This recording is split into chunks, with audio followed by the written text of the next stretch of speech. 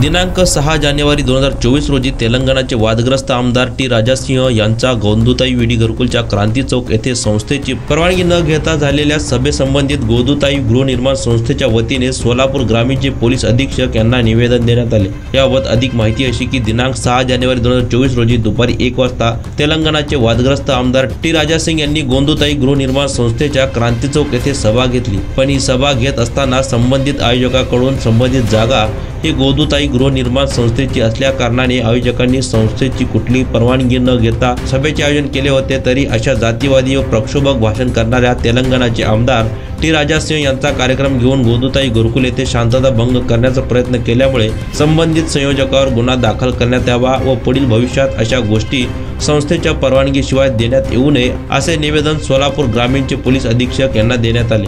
हे निवेदन मार्क्सवादी कम्युनिस्ट पक्षाचे ज्येष्ठ नेते एस मेजर यांच्या नेतृत्वात व नलिनीताई कलबुर्गी यांच्या मार्गदर्शनाने गोंदुताई गृहनिर्माण संस्था ब चे तिन्ही चेअरमन व सेक्रेटरी व सर्व इंचार्ज यांच्या वतीने देण्यात आले। यामध्ये सुनंदा बल्ला, शकुंतला पाणीभाते, फातिमा बेग, जयश्री पद्मा, विल्यम ससाने, बिस्मिल्ला हसन शेख, रफिक काझी, मुन्ना कलबुर्गी, अप्पाशा चांगले, वसीम देशमुख आदी मान्यवर उपस्थित होते। जानेवारीला सोलापूरमध्ये वक्फ बोर्डच्या जागा घेण्याकरिता भाजपचे 2 आमदार, एक तेलंगणचे व एक महाराष्ट्राचे आले होते व या ठिकाणी येऊन त्यांनी पूर्ण सोलापूर शहर व सोलापूर जिल्हा अशांतमय करून गेलेले आहेत। आणि अशा वेळेस या लोकांवर जे आले होते आमदार लोक त्यांच्यावर कारवाई होणं गरजेचं आहे। त्याचप्रमाणे हे जे कार्यक्रम आयोजित केलेले आहेत त्या आयोजकांवर सुद्धा कार्यक्रम केल्याबद्दल मोठ्या प्रमाणात कारवाई होणं गरजेचं आहे।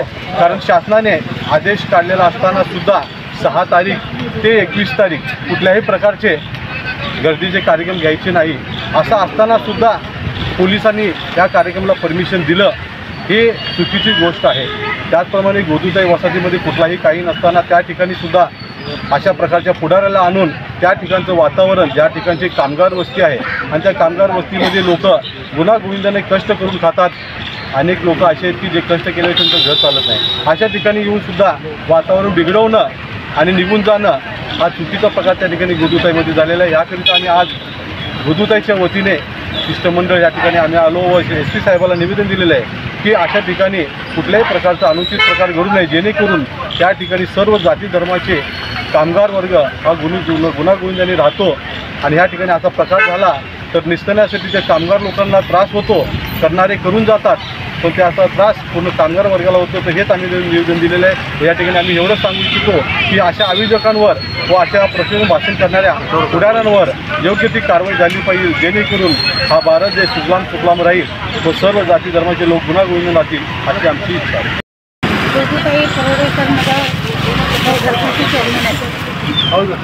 हमारा कहना ये है, हमको किसको बुरा भला बोलना नहीं है।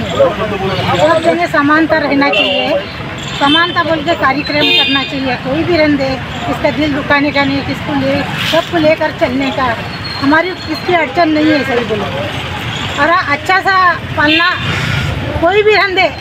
अभी लड़के लोगों को भी समझता नहीं है, नादान रहते लड़के, उनको भी ज़रा समझाने की कोशिश करो बड़े लोग।